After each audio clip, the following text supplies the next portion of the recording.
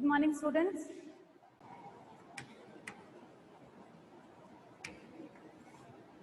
So, what are equity shares? Equity shares क्या होते हैं? तो equity shares वो shares होते हैं जिसपे किसी भी टाइप का जो डिविडेंड दिया जाता है वो प्रेफरेंस शेयर होल्डर्स को दिए जाने वाले डिविडेंड के बाद में पे किया जाता है। फॉर एग्जाम्पल, किसी कंपनी के पास सरप्लस या प्रॉफिट्स हैं 70,000 रुपीज के एंड उनके पास है 5% प्रेफरेंस शेयर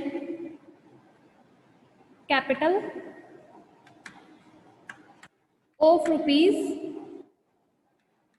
1 लाख। तो यहाँ पे सबसे पहले क्या किया जाएगा कि जो इनका सरप्लस अमाउंट है उसमें से हम चेक करेंगे कि कितना अमाउंट डिविडेंड के रूप में हमारे प्रेफरेंस शेयर होल्डर्स को दिया जाना है। तो प्रेफरेंस शेयर कैपिटल क्योंकि 1 लाख रुपीज की है तो हम क्या करेंगे 1 लाख रुपीज का 5% कैलकुलेट करेंगे जो कि इनका डिविडेंड है, और इसका जो 5% है वो अमाउंट हमारा बनता है 5,000। तो हम क्या करेंगे, जो सरप्लस अमाउंट था उसमें से प्रेफरेंस शेयर होल्डर्स को दिया जाने वाला जो डिविडेंड है उसको हम लेस कर देंगे। तो जो रिमेनिंग अमाउंट बचेगा वो किसको पे किया जाएगा, इक्विटी शेयर होल्डर्स को पे किया जाएगा। इसलिए सिंपल लैंग्वेज में हम क्या बोलते हैं कि इक्विटी शेयर्स वो शेयर्स होते हैं जिसपे किसी भी अमाउंट की पेमेंट, चाहे वो उनका डिविडेंड हो और चाहे वो कैपिटल हो, वो सारा उन्हें तब पे किया जाता है जब हम ऑलरेडी अपने प्रेफरेंस शेयर होल्डर्स को पे कर चुके होते हैं। तो यहाँ पे इक्विटी शेयर्स जो होते हैं उनके पास कुछ स्पेसिफिक राइट्स भी होते हैं जो कि हमारे प्रेफरेंस शेयर होल्डर्स के पास नहीं होते। तो इक्विटी शेयर्स जो होते हैं they carry voting rights and they also have the right to participate in the meetings of the company. तो यहाँ पे इन्हें राइट मिलता है to participate in the meetings of company. Company में जितनी भी मीटिंग्स हेल्ड की जाती हैं उन सभी में इक्विटी शेयर्स को राइट मिलता है। जिनके पास इक्विटी शेयर्स होते हैं उन पर्सन्स को राइट मिलता है कि वो उन मीटिंग्स में इजीली पार्टिसिपेट कर सकते हैं। अब हम बात करते हैं वाइंडिंग अप के टाइम पे। अब हम बात करते हैं वाइंडिंग अप की। तो जब भी कंपनी को वाइंड अप किया जाता है उस सिचुएशन में हम क्या करते हैं कि कंपनी की जितनी एसेट्स होती है उन सभी को सेल आउट कर देते हैं और उस पैसे से जितने भी कंपनी के आउटसाइड लाइबिलिटीज होती है हम उन सभी को कंप्लीट करते हैं। तो अब मान के चलते हैं कि कंपनी ने जितनी एसेट्स को बेचा उसमें से जो पैसा इनके पास आया उसने क्या किया, आउटसाइड लाइबिलिटीज को पे कर दिया। फॉर एग्जाम्पल, उन्होंने कुछ लीगल चार्जेस थे उनकी पेमेंट कर दी, जो हमारे लिक्विडेटर को अपॉइंट किया गया था कंपनी के वाइंडिंग अप के पर्पज से उनको भी पे कर दिया। इसके अलावा उन्होंने क्या किया कि जो उनके पास डिबेंचर होल्डर्स थे उनकी पेमेंट कर दी। सिक्योर्ड एंड अनसिक्योर्ड जो हमारे पास लोन्स थे उनकी भी इन्होंने पेमेंट कर दी। फिर कंपनी के पास बच गए हैं उस पर्टिकुलर अमाउंट में से 5 लाख रुपीज। तो अगर हम इक्विटी शेयर्स के कंसर्न में बात करें तो यहाँ पे जो 5 लाख रुपीज है इसमें से प्रायोरिटी हम किसको देते हैं, प्रेफरेंस शेयर कैपिटल को देते हैं। तो जैसे हम अपना ऊपर वाला एग्जांपल ले रहे थे और यहाँ पे हमारी कैपिटल कितने की थी, 1 लाख रुपीज की, तो पहले 5 लाख में से हम प्रेफरेंस शेयर्स को पे करेंगे और फिर जो हमारे पास अमाउंट बचा 4 लाख का वो किसको पे किया जाएगा, इक्विटी शेयर होल्डर्स को पे किया जाएगा। तो इक्विटी शेयर्स कौन से शेयर्स होते हैं, वो शेयर्स होते हैं जिन्हें कोई भी पेमेंट, चाहे वो डिविडेंड की पेमेंट हो चाहे वाइंडिंग अप के टाइम पे उनकी कैपिटल की रीपेमेंट हो, वो कब की जाती है, जब हम ऑलरेडी अपने प्रेफरेंस शेयर होल्डर्स को पेमेंट कर चुके होते हैं। तो ये है हमारा इक्विटी शेयर्स का पोर्शन।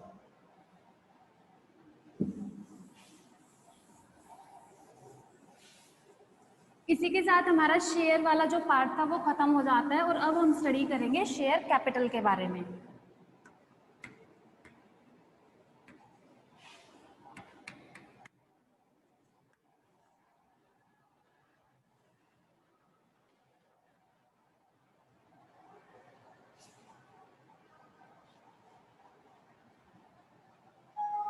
सॉरी, शेयर कैपिटल को स्टडी करने से पहले एक बार हम प्रेफरेंस शेयर और इक्विटी शेयर्स के डिफरेंसेस देख लेते हैं।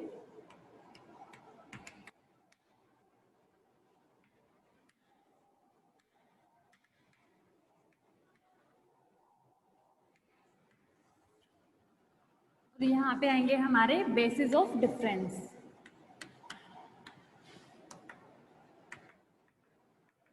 तो हमारे पास जो फर्स्ट बेस होता है इसका डिफरेंस करने का, वो है रेट ऑफ डिविडेंड। तो क्योंकि हम प्रेफरेंस शेयर के बारे में भी पढ़ चुके हैं कि प्रेफरेंस शेयर्स क्या होते हैं, और हम अपने इक्विटी शेयर्स के बारे में भी पढ़ चुके हैं कि इक्विटी शेयर्स क्या होते हैं, तो प्रेफरेंस शेयर्स जो होते हैं उस पर अगर हम रेट ऑफ डिविडेंड की बात करें तो जो रेट ऑफ डिविडेंड होता है वो पहले से ही फिक्स्ड होता है। तो इसका जो रेट रहेगा वो कैसा है, प्री फिक्स्ड है। मतलब जब भी शेयर्स को इशू किया जाता है तो उस टाइम पे उनके ऊपर दिए जाने वाले डिविडेंड की रेट को डिफाइन कर दिया जाता है। फॉर एग्जाम्पल हम लिखते हैं 8% प्रेफरेंस शेयर्स। तो इसका मतलब है कि ये जो 8% हमने पहले स्पेसिफाई किया है ये उनके डिविडेंड की रेट है, जो कि हमने शेयर्स को इशू करते टाइम शेयर्स के साथ ही डिस्क्राइब कर दी थी। दूसरी तरफ जो इक्विटी शेयर्स होते हैं इनका कोई भी रेट फिक्स्ड नहीं होता, तो no fixed rate. Equity shares के केस में क्या होता है कि जब हम अपने प्रेफरेंस शेयर होल्डर्स को दिए जाने वाले डिविडेंड की पेमेंट कर देते हैं तो उसके बाद जितना भी हमारे पास सरप्लस बचता है वो सारा इक्विटी शेयर होल्डर्स के अमंग डिविडेंड के रूप में डिस्ट्रीब्यूट कर दिया जाता है। तो यहाँ पे जो इनकी रेट होती है वो ईयर टू ईयर वेरी करती है। और वेरिएशन क्यों आता है इसमें, क्योंकि डिफरेंट ईयर्स में कंपनी जो होती है वो डिफरेंट प्रॉफिट अर्न करती है। जिस साल उनको ज़्यादा प्रॉफिट होता है उस टाइम पे क्या होता है कि इक्विटी शेयर होल्डर्स को ज़्यादा रेट से डिविडेंड की पेमेंट कर दी जाती है, और अगर किसी साल कंपनी को कम प्रॉफिट होता है तो उस साल में इक्विटी शेयर्स पे कम रेट से डिविडेंड दिया जाता है। इन केस कंपनी के प्रॉफिट्स किसी साल इनसफिशिएंट है या फिर कंपनी लॉसेज अकर करती है तो उस सिचुएशन में हो सकता है कि इक्विटी शेयर होल्डर को कोई भी डिविडेंड ना दिया जाए। तो ये था हमारा first point of difference, that is rate of dividend.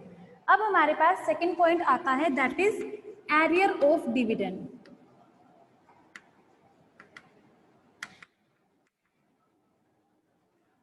कल हमने जब अपने प्रेफरेंस शेयर्स के टाइप्स पढ़े थे उसमें हमारे पास एक टाइप आया था cumulative preference shares.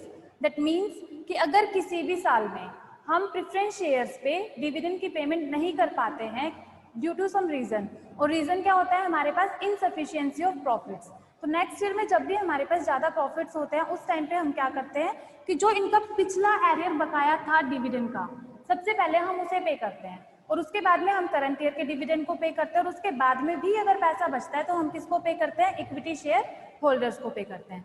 That means अगर एरियर ऑफ डिविडेंड के पॉइंट ऑफ व्यू से preference shares and equity shares में डिफरेंस किया जाए तो यहाँ पे इनका जो एरियर ऑफ डिविडेंड होता है प्रेफरेंस शेयर्स का वो क्यूमुलेट होता है, जबकि इक्विटी शेयर्स के केस में क्या होता है कि किसी साल अगर कंपनी को प्रॉफिट नहीं हुआ है तो इन्हें कोई भी एरियर ऑफ डिविडेंड पे नहीं किया जाता। No arrear will be paid in future.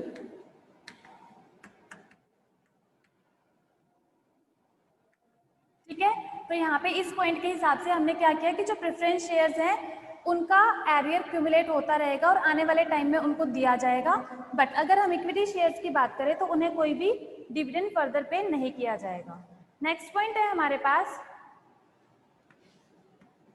Preferential right as to the payment of dividend। तो हम किसकी बात कर रहे हैं कि जो कंपनी के प्रॉफिट्स होते हैं उसमें से जब डिविडेंड को डिस्ट्रीब्यूट किया जाता है तो प्रेफरेंस शेयर्स और इक्विटी शेयर्स में से किसको प्रेफरेंशियल राइट मिलता है। तो जब हमने अपनी डेफिनेशन कवर करी थी प्रेफरेंस शेयर्स की तो उस टाइम पे मैंने बताया था कि प्रेफरेंस शेयर्स को डिविडेंड हम इक्विटी शेयर्स को दिए जाने वाले डिविडेंड से पहले ही पे कर देते हैं। दैट मीन्स कि जो प्रेफरेंस शेयर होल्डर्स होते हैं they enjoy the right to get the dividend before any dividend is payable on equity share capital. तो यहाँ पे preference shareholders have the right to receive dividend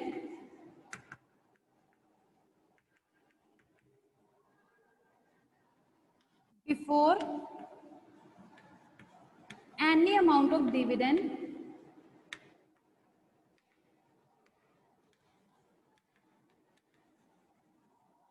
is paid to equity share holders. और अगर same context में हम बात करें equity share capital के बारे में, तो जो इक्विटी शेयर्स होते हैं उन्हें कोई प्रेफरेंशियल राइट नहीं मिलता। तो इसमें हम क्या लिखेंगे, equity share holders get dividend after dividend is paid to preference share holders. तो प्रेफरेंस शेयर होल्डर्स को डिविडेंड मिलने के बाद में इक्विटी शेयर होल्डर्स को डिविडेंड की पेमेंट की जाती है। नेक्स्ट हम इसमें डिफरेंस का पॉइंट देखते हैं क्या है।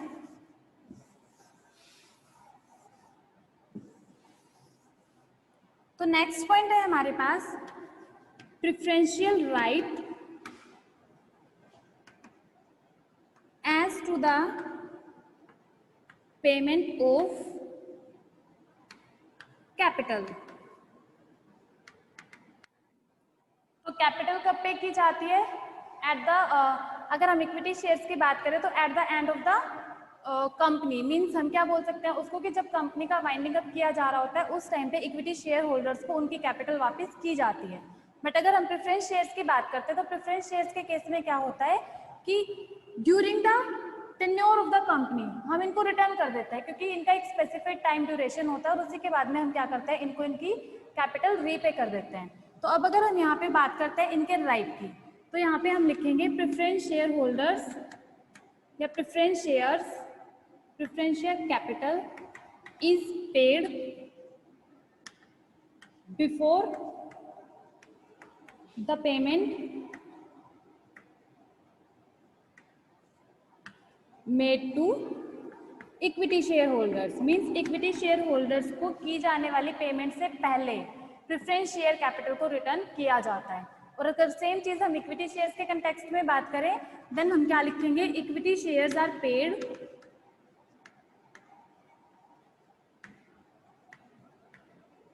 After the preference share capital has been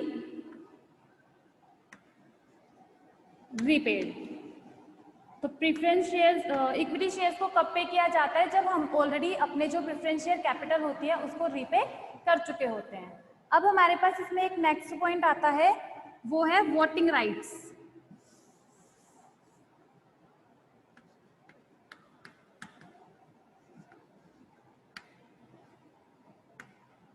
क्योंकि प्रेफरेंस शेयर होल्डर्स कंपनी के ओनर्स कंसीडर नहीं किए जाते, इसलिए प्रेफरेंस शेयर होल्डर्स को राइट नहीं होता है कि वो वोट कर सके किसी भी पर्टिकुलर डिसीजन को लेने के लिए। तो they have no voting right.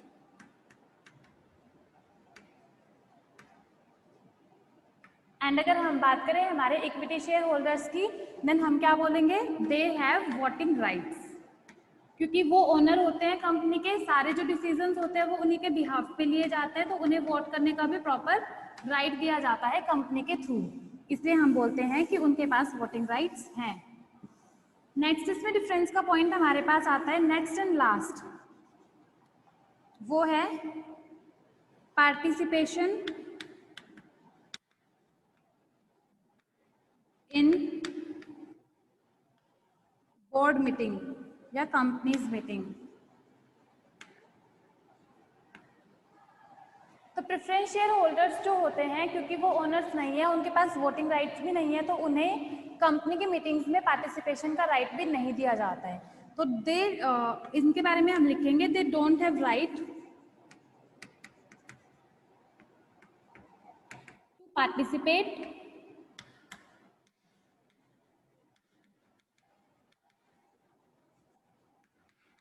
In management और बोर्ड मीटिंग्स।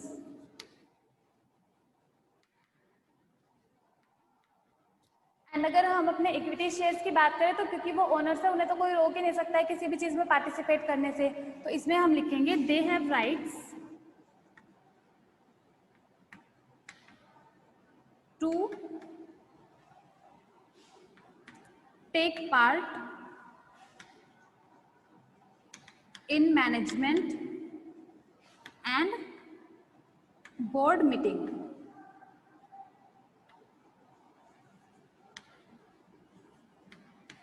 तो ये थे दोनों शेयर्स के बीच कुछ डिफरेंसेस के पॉइंट, और इसी के साथ हमारा शेयर वाला टॉपिक कंप्लीटली खत्म हो जाता है। अब हम फर्दर प्रोसीड करेंगे शेयर कैपिटल पे।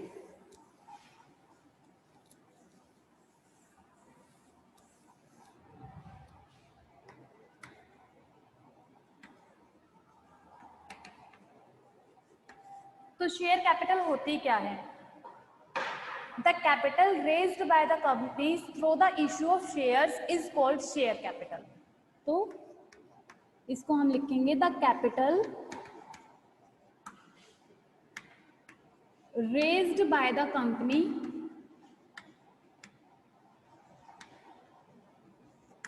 थ्रू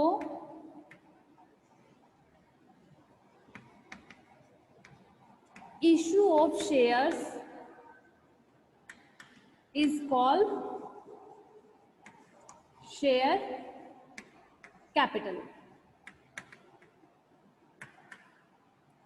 जब भी कंपनी को मनी की रिक्वायरमेंट होती है, अगर वो उस मनी को शेयर्स इशू करके फिर कलेक्ट करती है लोगों से, तो उसको हम क्या बोलते हैं? शेयर कैपिटल बोलते हैं। अब ये जो शेयर कैपिटल होती है वो एक सिंगल पर्सन से कलेक्ट नहीं की जाती है। तो बहुत सारे जो नॉर्मल पब्लिक होता है, लाइक हम किसकी बात करें? पब्लिक की बात करें, पब्लिक है या इंस्टीट्यूशंस है, जिसमें फाइनेंशियल इंस्टीट्यूशंस आ रहे हैं, ये क्या करते हैं? अपनी अपनी कैपेसिटी के अकॉर्डिंग कंपनी की कैपिटल में मनी को कंट्रीब्यूट करते हैं, वो उसको इन्वेस्ट करते हैं। जो हमारी मनी होती है, क्योंकि हमने उसको इन्वेस्ट करना होता है, तो हमारे पास बहुत सारे अवेन्यूज होते हैं और शेयर भी उनमें से हमारे पास एक अवेन्यू है। तो जो पब्लिक होती है, जो इंस्टीट्यूशंस होते हैं, वो क्या करते हैं? अपनी अपनी कैपेसिटी के अकॉर्डिंग जो भी किसी कंपनी में पैसा लगाने के लिए डिजायर्ड होता है, वो क्या करेगा? उन कंपनीज में कंट्रीब्यूट करेगा, उनके कैपिटल में कंट्रीब्यूट करेगा। बट कंपनीज जो होती है पब्लिक में, हम मान लेते हैं हमारे पास हजारों लोग हैं जो कि एक पर्टिकुलर कंपनी के अंदर पैसे को इन्वेस्ट कर रहे हैं, तो 1000 लोगों के अलग अलग अकाउंट तो हम ओपन नहीं करेंगे शेयर कैपिटल के लिए। तो ये क्या कहते हैं कि जो पब्लिक है या इंस्टीट्यूशंस हैं, उनके कैपिटल में कंट्रीब्यूशन के लिए अलग अलग अकाउंट ओपन नहीं किए जाते, इसलिए कंपनी क्या करती है? एक कंबाइंड या कंसोलिडेटेड अकाउंट ओपन कर देती है, जिसे वो शेयर कैपिटल का नाम देती है। ठीक है, तो ये हमारा छोटा सा एक कंसेप्ट आता है शेयर कैपिटल को लेके। अब हम बात करेंगे कि जो शेयर कैपिटल होती है उसके टाइप्स कौन कौन से हैं। तो अब हम देखते हैं इसके टाइप्स या इसके काइंड्स।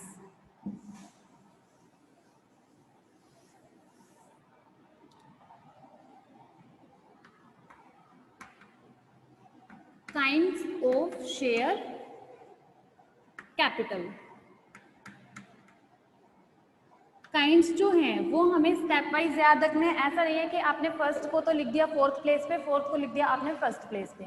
ये आपका सिक्वेंशियल आइटम्स होते हैं जिसको आपको एज इट इज ध्यान रखना है। तो फर्स्ट आते हैं काइंड्स में हमारे पास ऑथोराइज्ड कैपिटल, जिसे ऑथोराइज्ड कैपिटल भी बोला जाता है और रजिस्टर्ड कैपिटल भी बोला जाता है। तो ऑथोराइज्ड कैपिटल होती क्या है? ऑथोराइज्ड कैपिटल वो कैपिटल होती है जो कि कंपनी के मेमोरेंडम ऑफ एसोसिएशन में मेंशन की जाती है। हम किसकी बात कर रहे हैं? मेमोरेंडम ऑफ एसोसिएशन की बात कर रहे हैं। तो वो कैपिटल जो कि कंपनी के लिए उसके मेमोरेंडम ऑफ एसोसिएशन में मेंशन कर दी जाती है, उसे हम ऑथोराइज्ड या रजिस्टर्ड कैपिटल कहते हैं। और मेमोरेंडम में मेंशन कर देने की वजह से एक कंपनी जो होती है वो अपने पूरे टेन्योर में मैक्सिमम इतनी ही कैपिटल को इशू कर सकती है। तो ये क्या एक तरीके से हमारी वो कैपिटल है जो कि एक कंपनी अपने पूरे लाइफ टेन्योर में इशू करने के लिए एबल होती है। इससे ज़्यादा की कैपिटल को वो इशू नहीं कर सकती। अगर वो ज़्यादा कैपिटल इशू करना चाहती है तो उसे सबसे पहले क्या करना होता है कि जो हमारा मेमोरेंडम ऑफ एसोसिएशन में डिफरेंट क्लोजेस हमने मेंटेन किए होते हैं, उसमें एक क्लोज हमारा कैपिटल क्लोज भी होता है। तो सबसे पहले उसे अपने कैपिटल क्लोज को अल्टर करना पड़ेगा और अल्ट्रेशन करने के बाद वो अपनी ऑथोराइज्ड कैपिटल को चेंज कर सकती है। अदरवाइज अगर मेमोरेंडम ऑफ एसोसिएशन में कंपनी ने 1 करोड़ रुपीस मेंशन किए हैं कैपिटल के रूप में, तो ये जो 1 करोड़ रुपीस है ये क्या होगी? कंपनी की ऑथोराइज्ड कैपिटल होगी। ठीक है, नेक्स्ट हम चलते हैं नेक्स्ट काइंड पे, दैट इज इश्यूड कैपिटल। अब इश्यूड कैपिटल क्या होती है? Issued capital is that part of capital which is offered to the public for subscription. तो ये जो इश्यूड कैपिटल है वो क्या है? इस ऑथोराइज्ड कैपिटल का एक छोटा सा पार्ट जो कि कंपनी क्या कर रही है, लोगों को ऑफर कर रही है कि आप आइए और इन शेयर्स के लिए अपना सब्सक्रिप्शन दीजिए। तो इश्यूड में क्या आएगा? Part of authorised capital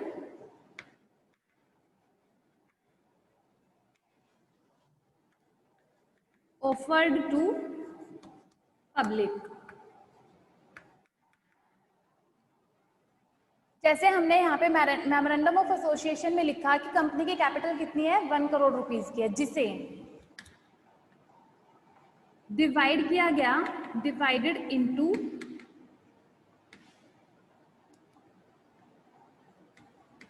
10 lakh shares of ₹10 each. तो ये तो हमने क्या बताया था, हमारी ऑथोराइज्ड कैपिटल बता दी थी। अब हम बात करते हैं हमारी इशूड कैपिटल की। मान लेते हैं कि 10 लाख में से कंपनी क्या करती है, फर्स्ट टाइम पे सिर्फ 50,000 शेयर्स को पब्लिक को ऑफर करती है कि वो आए और उन पर्टिकुलर शेयर्स के लिए सब्सक्राइब करें। तो हमारे पास इशूड कैपिटल कितनी हो जाएगी, 50,000 shares at the rate ₹10 each. तो इशूड कैपिटल टोटल हो गई है हमारी 5 लाख रुपीज। ठीक है, तो यहाँ पे ये 5 लाख रुपीज क्या है, हमारे 1 करोड़ रुपीज का एक छोटा सा पार्ट है जो कि पब्लिक को ऑफर किया गया है कि आप आके इन शेयर्स को सब्सक्राइब करो। तो ये इशूड कैपिटल है। नेक्स्ट पार्ट पे चलते हैं अब हम।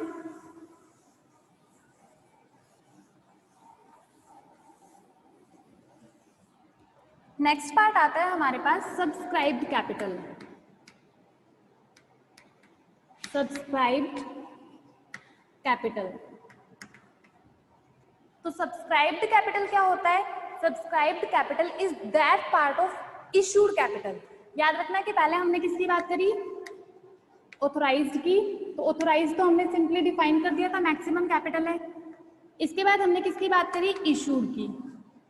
तो इशूड कैपिटल जो है वो है पार्ट ऑफ ऑथोराइज्ड कैपिटल। अब हम किसकी बात कर रहे हैं, सब्सक्राइब्ड कैपिटल। तो सब्सक्राइब्ड कैपिटल किसका पार्ट है, इशूड कैपिटल का पार्ट है। तो इशूड कैपिटल का वो पार्ट जो कि पब्लिक के थ्रू सब्सक्राइब किया जाता है उसको हम क्या बोलते हैं, सब्सक्राइब्ड कैपिटल बोलते हैं। जैसे प्रीवियस एग्जांपल जो हमने लिया था उसमें हमने क्या अज्यूम किया था कि कंपनी पब्लिक को 50,000 शेयर्स इशू कर रही है 10 रुपीज के अकॉर्डिंग। ठीक है, अब हम सब्सक्राइब की अगर बात करें तो मान लेते हैं कि पब्लिक जो है उन्होंने अप्लाई किया 48,000 शेयर्स ऑफ ₹10 ईच। ठीक है, तो पब्लिक ने क्या किया, कंपनी ने जितना इशू किया था उसमें से सिर्फ 48,000 जो शेयर्स हैं उनके लिए सब्सक्राइब किया, या उनके ऑफर्स को उन्होंने सिर्फ 48,000 तक के लिए ही एग्री किया। तो यहाँ पे जो 48,000 शेयर्स है 10 रुपीज का एक, इसके हिसाब से इनकी सब्सक्राइब्ड कैपिटल कितनी हो गई है, 4,80,000 रुपीज की। ठीक है, अब जो हमारी सब्सक्राइब्ड कैपिटल है इसको फर्दर 2 पार्ट्स में सेग्रीगेट किया जाता है।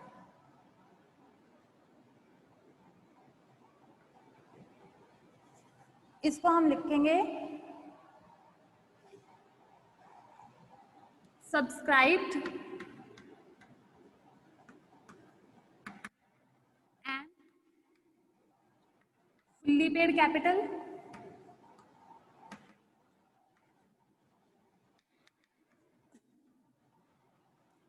एंड दूसरा हमारे पास इसमें आएगा subscribed but not fully paid capital.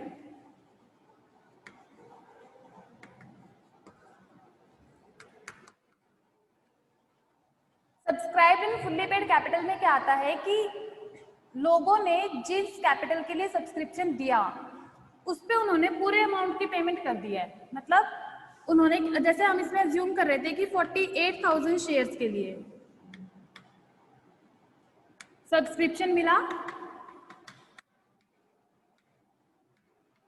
10 रुपए का एक शेयर था। अगर लोगों ने इन 48,000 शेयर्स पे 10 रुपए की पूरी पेमेंट कर दी है तो वो हमारा सब्सक्राइब्ड कैपिटल के कौन से पार्ट में शो किया जाएगा? Subscribed and fully paid capital, कि जितना आपका अमाउंट या फेस वैल्यू थी एक शेयर की, वो सब्सक्राइब करने के बाद पूरा का पूरा अमाउंट उस शेयर पे रिसीव हो चुका है, तो उसको हमने किस कैटेगरी में इंक्लूड कर दिया? हमारी फर्स्ट कैटेगरी में।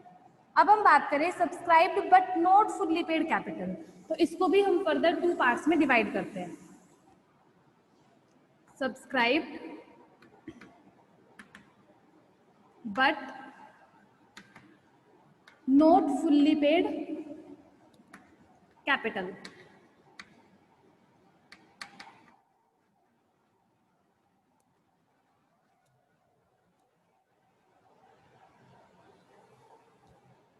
तो इसमें हमारे पास 2 सिचुएशंस होती है। First, when the company has called up full amount on shares but some shareholders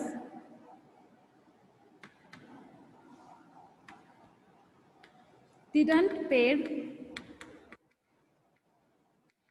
in full। इसका मतलब क्या है कि कंपनी ने तो 10 रुपए जो एक शेयर पे हमारे लोगों से डिमांड करने बनते थे, वो सारे के सारे कंपनी ने अपनी तरफ से डिमांड कर लिए। बट कुछ शेयर होल्डर्स ऐसे हैं जिनके पास शायद उस टाइम पे पैसे की अवेलेबिलिटी नहीं थी, तो उन्होंने क्या किया कि वो 10 रुपए पे नहीं किया। जैसे कि कुछ शेयर होल्डर्स, कंपनी ने क्या किया, 48,000 शेयर्स पे ₹10 डिमांड कर लिए। बट कुछ शेयर होल्डर्स ऐसे थे जिन्होंने सिर्फ ₹7 पे किए, बल्कि उनके जो 3 रुपए का अमाउंट है वो अभी भी एरियर में है, वो अभी तक उन्होंने पे नहीं किया। तो वो किस में आता है? हमारा subscribed but not fully paid capital के अंदर आता है, क्योंकि यहाँ पे कंपनी अपनी तरफ से पूरा मंगा चुकी है, लेकिन कुछ शेयर होल्डर्स ने ये जो कुछ अमाउंट है वो पे नहीं किया। 7 रुपए उन्होंने पे कर दिए और रिमेनिंग अमाउंट उनका कितना बच गया? ₹3। तो ये जो ₹3 होते हैं वो एक तरीके से अनपेड अमाउंट होता है। ये क्या होता है? हमारा अनपेड अमाउंट होता है जो शेयर होल्डर्स ने पे नहीं किया। और ये जो हमारा अनपेड अमाउंट है, हम जब अपनी बैलेंस शीट बनाते हैं और बैलेंस शीट में सब्सक्राइब्ड कैपिटल को दिखाते हैं हमारे नोट्स टू अकाउंट्स के अंदर, और इस तरीके की सिचुएशन अगर आती है तो हम क्या करते हैं? पूरा अमाउंट शो करके ये जो हमारा एरियर होता है इसको हम अनपेड अमाउंट की जगह क्या लिखेंगे? Calls in arrear. और कॉल्स इन एरियर दिखा के हम इस 3 रुपए को लेस कर देंगे, तो फाइनली हमारे पास क्या आ गया? ₹7, जो कि हमारे शेयर होल्डर्स ने हमें पे किया था। ठीक है, दूसरा पॉइंट इसी में है हमारे पास। पहले में क्या था? कंपनी ने पूरा मंगाया लेकिन शेयर होल्डर्स ने पे नहीं किया। और सेकेंड सिचुएशन क्या आती है? When the company has not demanded full amount yet। तो दूसरी कंडीशन हमारे पास क्या आती है कि कंपनी ने ही अपनी तरफ से अभी तक पूरा अमाउंट डिमांड नहीं किया है, तो वो जो हमारा अमाउंट होता है वो कैसा होता है? अनकॉल्ड होता है, क्योंकि कंपनी ने नहीं मंगवाया। इसमें हम किसकी बात कर रहे थे? अनपेड की, क्योंकि लोगों ने पे नहीं किया, कंपनी मंगा चुकी है, लोग नहीं पे कर रहे हैं। और इसमें हम किसकी बात कर रहे हैं? यहाँ पे हम बात कर रहे हैं कि उन्होंने मंगवाया ही नहीं है। जैसे कि 48,000 शेयर्स ऑफ ₹10 ईच, ₹8 कॉल्ड। तो इसका मतलब क्या हो गया कि कंपनी ने 10 रुपए में से सिर्फ 8 रुपए की ही डिमांड की है, 2 रुपए जो है वो अभी तक कंपनी की तरफ से डिमांड नहीं किए गए हैं। तो हमारी जो अनकॉल्ड कैपिटल हुई इस केस में वो कितनी हो गई? ₹2 पर शेयर। ठीक है, तो ये था हमारा सब्सक्राइब्ड कैपिटल का पार्ट की सब्सक्राइब्ड कैपिटल होती क्या है, उसको 2 पार्ट्स में डिवाइड किया जाता है, और जो उसका सेकंड पार्ट है उसको भी हम फर्दर बाइफरकेट करते हैं 2 पार्ट्स के अंदर। इसका एक छोटा सा एग्जांपल देख लेते हैं जिससे कि आपको ये बिल्कुल क्लियर हो जाएगा कि इसे हमें किस तरीके से दिखाना होता है।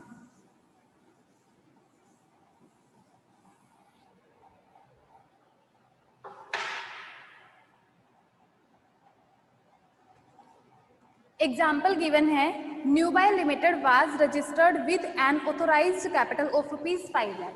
तो ये चीज़ अब क्योंकि न्यूमेरिकल पोर्शन स्टार्ट होने वाला है 1-2 दिनों में, तो ये चीज़ ध्यान रखना कि जब भी हम अपने बैलेंस शीट बनाते हैं तो उस टाइम पे बैलेंस शीट में शेयर कैपिटल का फाइनल अमाउंट जो होता है वो दिखाया जाता है जो एडिशन के लिए यूज होगा। बट उसके अलावा जो इन्फॉर्मेशन होती है वो सारी हमारी किस में जाती है, नोट्स टू अकाउंट्स में। तो हम पहले अपना नोट्स टू अकाउंट्स ही प्रिपेयर कर लेते हैं।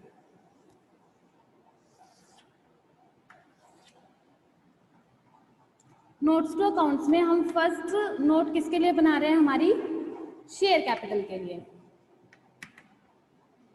और शेयर कैपिटल में भी सबसे पहले हम किसको दिखाते हैं, ऑथोराइज्ड कैपिटल को, इफ गिवन इन क्वेश्चन। हाँ जी, अब हम कंटिन्यू करते हैं। Newby Limited was registered with an authorised capital of ₹5 lakh divided into 50,000 equity shares of ₹10 each. तो यहाँ पे क्या कहता है, ऑथोराइज्ड कैपिटल कितनी है, 50,000 शेयर्स ऑफ ₹10 ईच। इसका मतलब हमारे पास कैपिटल कितने की हो गई है, 5 लाख रुपीज की। तो यहाँ पे हम दिखाते हैं रुपीज को और यहाँ पे हमने दिखा दिए 5 लाख। इसके नीचे हम 2 अंडरलाइन मार्क कर देंगे क्योंकि ये जो 5 लाख का अमाउंट है इसे हमें अपनी बैलेंस शीट में नहीं लेके जाना, हमने सिर्फ इन्फॉर्मेशन प्रोवाइड करनी थी जो कि हम अपने नोट्स टू अकाउंट्स के थ्रू प्रोवाइड कर चुके हैं। अब नेक्स्ट हमने किसकी बात की थी, इशूड कैपिटल की। तो नेक्स्ट स्टेप पे हम लिखेंगे इशूड कैपिटल।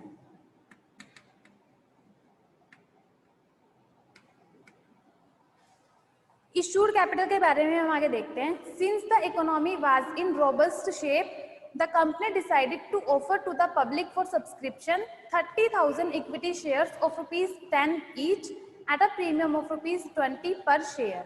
तो ये क्या कहते हैं कि इन्होंने सब्सक्रिप्शन के लिए पब्लिक को कितने शेयर्स ऑफर किए हैं, 30,000। तो इशूड कैपिटल में हम दिखाएंगे 30,000 shares at the rate ₹10 each.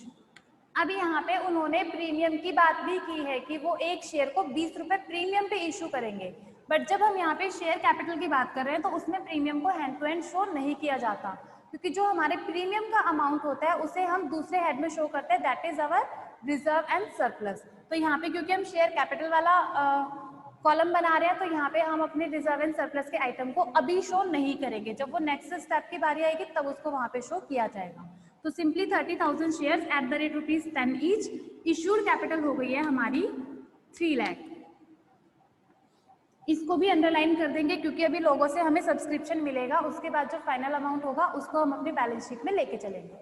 तो आगे हम इसकी इंफॉर्मेशन देखते हैं। Applications for 28,000 shares were received. तो हम आ जाते हैं अब अपने सब्सक्राइब्ड कैपिटल पे।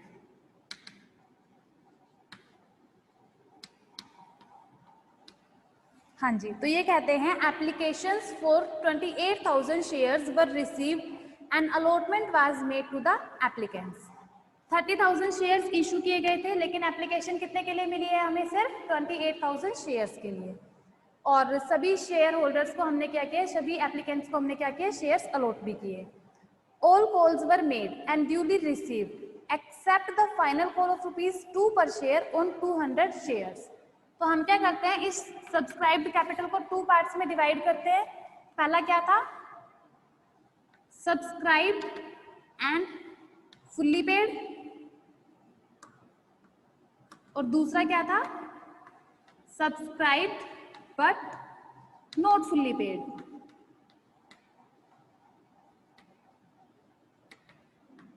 तो यहाँ पे हमारे पास एप्लीकेशंस आई 28 हमारे पास जो सब्सक्रिप्शन हमें मिला वो 28,000 शेयर्स के लिए मिला था, और जो हमारे 200 शेयर्स हैं इस पे हमें फुल अमाउंट रिकवर नहीं हुआ, तो इसका मतलब टोटल जो हमें फुल अमाउंट रिकवर हुआ होगा वो कितने शेयर्स पे हुआ, 28,000 माइनस 200 शेयर्स, तो हमारे पास आ गए 27,800। तो ये वो शेयर्स है जिसपे हमें सभी शेयर होल्डर ने पूरा पूरा अमाउंट पे कर दिया है। तो हम यहाँ पे आते हैं अब हमारी सब्सक्राइब्ड कैपिटल पे। जो सब्सक्राइब्ड कैपिटल है उसको हम 2 पार्ट्स में सेग्रीगेट करते हैं। First one was subscribed and fully paid capital. तो यहाँ पे फुल पेमेंट हमें कितने शेयर्स पे मिली, 27,800। तो हम यहाँ पे शो करेंगे 27,800 shares at the rate ₹10 each. तो अमाउंट कितना आ गया हमारे पास, 2,78,000 रुपीज। अब ये चीज ध्यान रखना कि ये जो अमाउंट है वो हम अपने एक्सटर्नल कॉलम में तब तक शो नहीं करेंगे जब तक कि हमारे पास हमारा फाइनल अमाउंट नहीं आ जाता। तो एक तो अमाउंट ये हो गया। दूसरा हम किस चीज को शो करेंगे, subscribe but not fully paid. मैं ये ऊपर वाला इरेज कर देती हूँ ताकि आप लोग अच्छे से देख सको।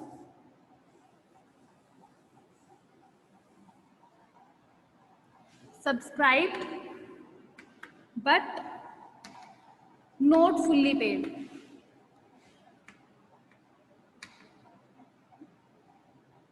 तो इसमें हमारे पास क्या आते हैं, 200 शेयर्स। तो 200 शेयर्स पे कंपनी ने तो पूरा ही डिमांड किया था। 200 shares at the rate ₹10 each fully call. मतलब कंपनी ने तो पूरा पूरा डिमांड किया है ना, तो 200 मल्टीप्लाई बाय 10 हम करते हैं तो अमाउंट कितना आता है, 2000। अब इसमें से हम लेस क्या करेंगे, अनपेड अमाउंट या इसको हम क्या बोलते हैं, कॉल्स इन एरियर। वो कितना था, 200 shares at the rate ₹2 each. तो हमें 200 शेयर्स पे ₹2 के हिसाब से अमाउंट रिकवर नहीं हुआ था। तो 200 को मल्टीप्लाई करेंगे 2 से, अमाउंट कितना आ गया, 400। तो 2000 रुपए कंपनी ने डिमांड किए जिसमें से 400 रुपीज लोगों ने पे नहीं किए। तो पेमेंट कितनी रिसीव हुई, 1600 की। ठीक है, अब सब्सक्राइब्ड एंड फुल्ली पेड था हमारा 2,78,000 and subscribed but not fully paid जो हमारे पास आया वो कितना है, 1600। तो हम इन दोनों को ऐड कर देंगे और फाइनली जो हमारे पास अमाउंट आएगा वो कितना रहेगा, 2,79,600। तो ये वो अमाउंट है जो हम अपनी बैलेंस शीट में प्रेजेंट करेंगे, वहां पे हम इसको शो कर देंगे। ठीक है, तो ये था हमारा नोट्स टू अकाउंट्स। अब हम चलते हैं हमारी बैलेंस शीट के एक्सट्रैक्ट पे। ये सारी वर्किंग्स कहाँ दिखानी होती है, नोट्स टू अकाउंट्स में दिखानी होती है। इसे हम कभी भी अपनी बैलेंस शीट में शो नहीं करते हैं। अब बैलेंस शीट बनाएंगे।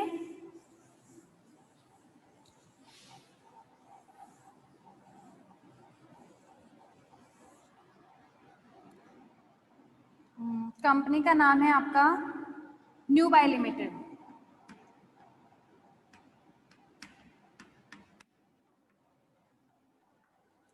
Balance sheet as at year आपको गिवन नहीं है तो हम इसमें इसको ब्लैंक छोड़ देंगे। उसके बाद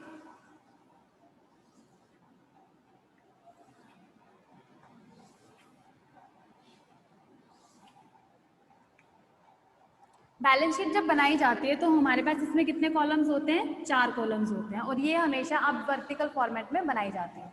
पहले जो आपका टी फॉर्मेट होता था ना, अब वो चेंज हो चुका है। अब हम कैसे बनाते हैं इसको, वर्टिकल में। तो फर्स्ट कॉलम होता है आपका पर्टिकुलर्स का। अकाउंट्स की तरह इसमें जब हम अकाउंट्स मेंटेन करते हैं ना, अकाउंट्स प्रिपेयर करते हैं तो उसमें डेट का कॉलम भी होता है, बट यहाँ पे डेट का कॉलम नहीं होता है। क्यों, क्योंकि हमें पता है कि ये जो सारे डाटा रिकॉर्ड किए जा रहे हैं वो at the end of the year, मतलब फाइनेंशियल ईयर के क्लोज होने वाले दिन दिखा रहे हैं हम। तो हमें इसकी डेट ऑलरेडी पता होती है 31 मार्च। एंड ईयर हमेशा वैरी करेंगे जिस भी ईयर की आप बना रहे हो। तो फर्स्ट आपका कॉलम रहेगा पर्टिकुलर्स के लिए। सेकेंड आपका जो कॉलम होता है वो है नोट नंबर के लिए। अभी हमने नोट्स टू अकाउंट्स बनाए थे ना, तो फर्स्ट नोट बनाया था हमने, इसी तरीके से आगे जो डीलिंग्स होती है उन सभी को डील करने के लिए सेकंड नोट भी बनता है, थर्ड नोट भी बनता है। तो उसमें जो नोट नंबर्स आते हैं वो सारे यहाँ पे शो किए जाते हैं जिस जिस हिसाब से हम अपने पॉइंट्स मेंशन करते हैं। फिर यहाँ पे हमारे पास क्या आता है, थर्ड कॉलम में करंट ईयर्स अमाउंट। तो जो भी आइटम हम शो करेंगे उनके जो बैलेंसेस है करंट ईयर के वो हमारे थर्ड कॉलम में आते हैं। एंड फोर्थ कॉलम में क्या आते हैं हमारे प्रीवियस ईयर्स अमाउंट। तो जो कंपैरिजन के पर्पज से हम अपना प्रीवियस ईयर लेके चलते हैं उसके अमाउंट्स हमारे कहाँ पे आते हैं, सेकंड कॉलम में, फोर्थ कॉलम में आते हैं। फर्स्ट हेड, क्योंकि जब बैलेंस शीट बनाते तो टी फॉर्मेट में हमारे पास दो चीजें होती थी, एक होती थी एसेट्स, दूसरे होते थे लाइबिलिटीज। तो यहाँ पे जो हमारा फर्स्ट हेड आएगा वो क्या आएगा, इक्विटी एंड लाइबिलिटी, राइट। अब इक्विटी एंड लाइबिलिटी जो होती है उसमें फर्स्ट सब हेड जो आता है वो होता है share holders fund. And share holder fund का जो फर्स्ट सब हेड है वो क्या है, शेयर कैपिटल। तो यहाँ पे शेयर कैपिटल के लिए हमने अपने सारा का सारा नोट्स टू अकाउंट्स प्रिपेयर किया था और वो क्या था, नोट नंबर 1। करंट ईयर के डाटा हमें यहाँ पे दिखाना है, तो हमने जो अमाउंट निकाला था वो कितना था, 2,70,000, लेट मी चेक,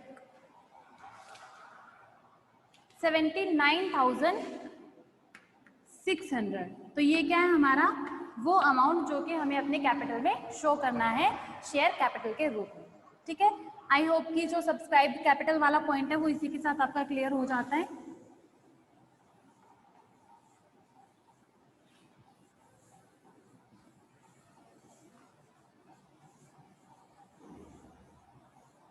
सब्सक्राइब्ड के बाद हमारे पास आती है called up capital.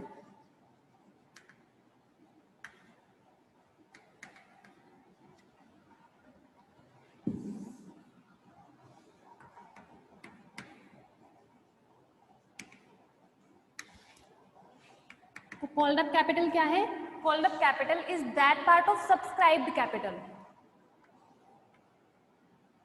that part of subscribed capital which is called by the company from the shareholders।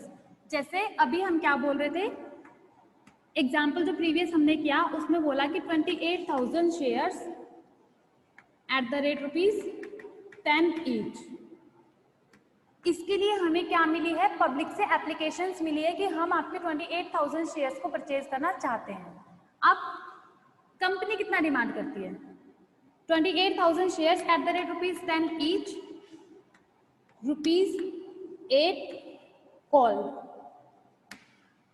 ठीक है। तो इसका मतलब क्या हुआ कि 28,000 शेयर जिसके लिए हमें एप्लीकेशन मिली है उस पे कंपनी ने 8 रुपए की डिमांड की है। तो पूरी सब्सक्राइब कैपिटल तो ज्यादा थी बट इसमें से डिमांड तो कम रुपए की गई है। तो ये जो ₹8 डिमांड कर लिए गए हैं ये क्या है, हमारी कॉल्ड अप कैपिटल है। एंड अनकॉल्ड कैपिटल कितनी बच गई, 10 रुपए में से 8 रुपए पर शेयर के हिसाब से हम मंगा चुके हैं, तो बच्चे कितने, ₹2 पर शेयर। ये क्या है, हमारी अनकॉल्ड कैपिटल है जो कि कंपनी ने अभी तक शेयर होल्डर से डिमांड नहीं की है। इसके बाद नेक्स्ट पॉइंट है हमारे पास पेड अप कैपिटल।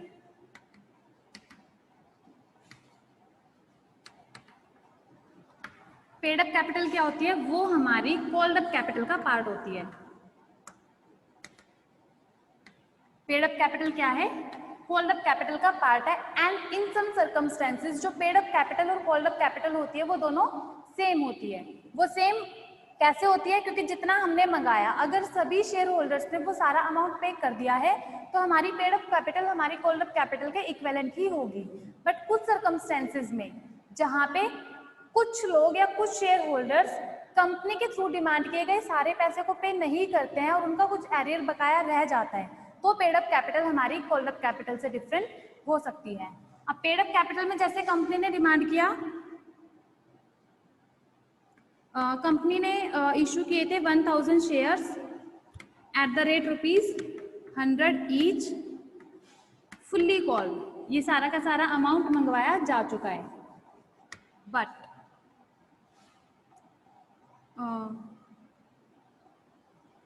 हमारे पास अब नेक्स्ट पॉइंट आता है sorry fully called ₹80 paid.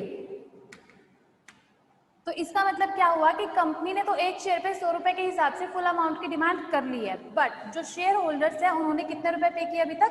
80 rupees पे किए। तो यहाँ पे हमारी पेड अप कैपिटल कितनी हो जाएगी?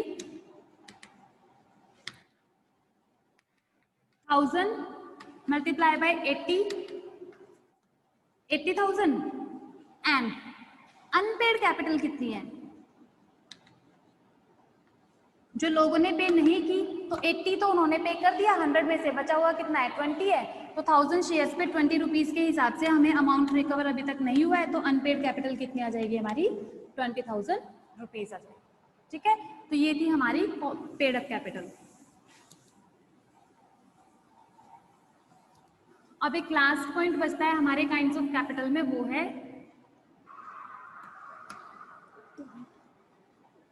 Reserve capital.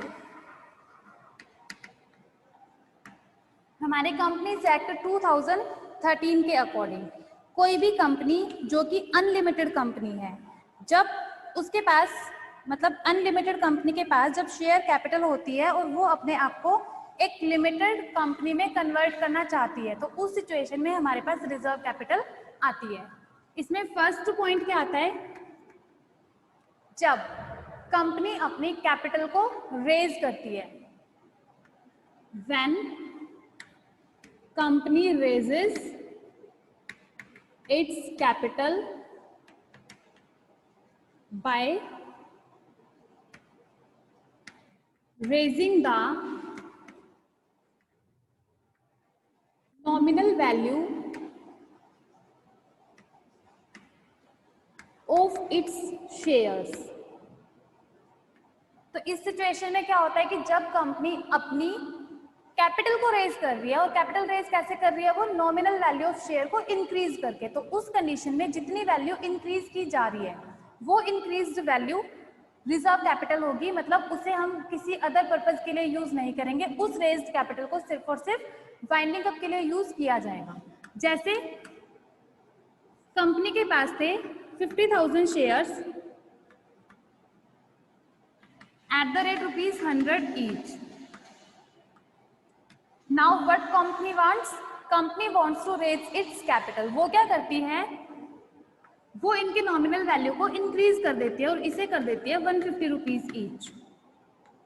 तो यहाँ पे एक शेयर पे वैल्यू में कितना वेरिएशन आ गया? सीधा 50 रुपए का आ गया। तो यहाँ पे हमारे पास जो 50,000 शेयर्स पे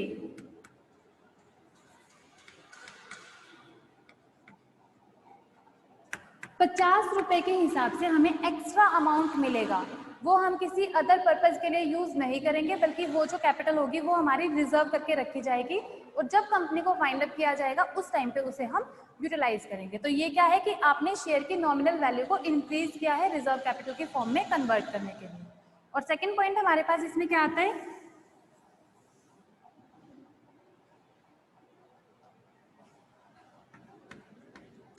when company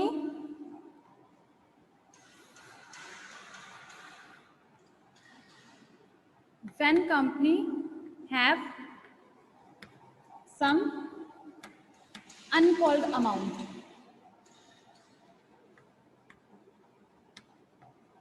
which will not be called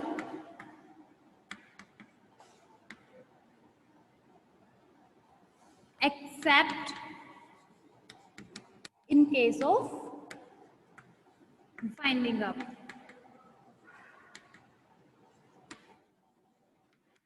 तो कई बार कंपनी क्या करती है कि जैसे उसने शेयर्स इशू किए तो उसमें वो सारे अमाउंट को नहीं मंगवाती है, उसमें से कुछ अमाउंट जो होती है वो अनकॉल्ड अमाउंट के रूप में अपने पास रख लेती है और कहती है कि इसे कंपनी के टेन्योर में नहीं मंगवाया जाएगा।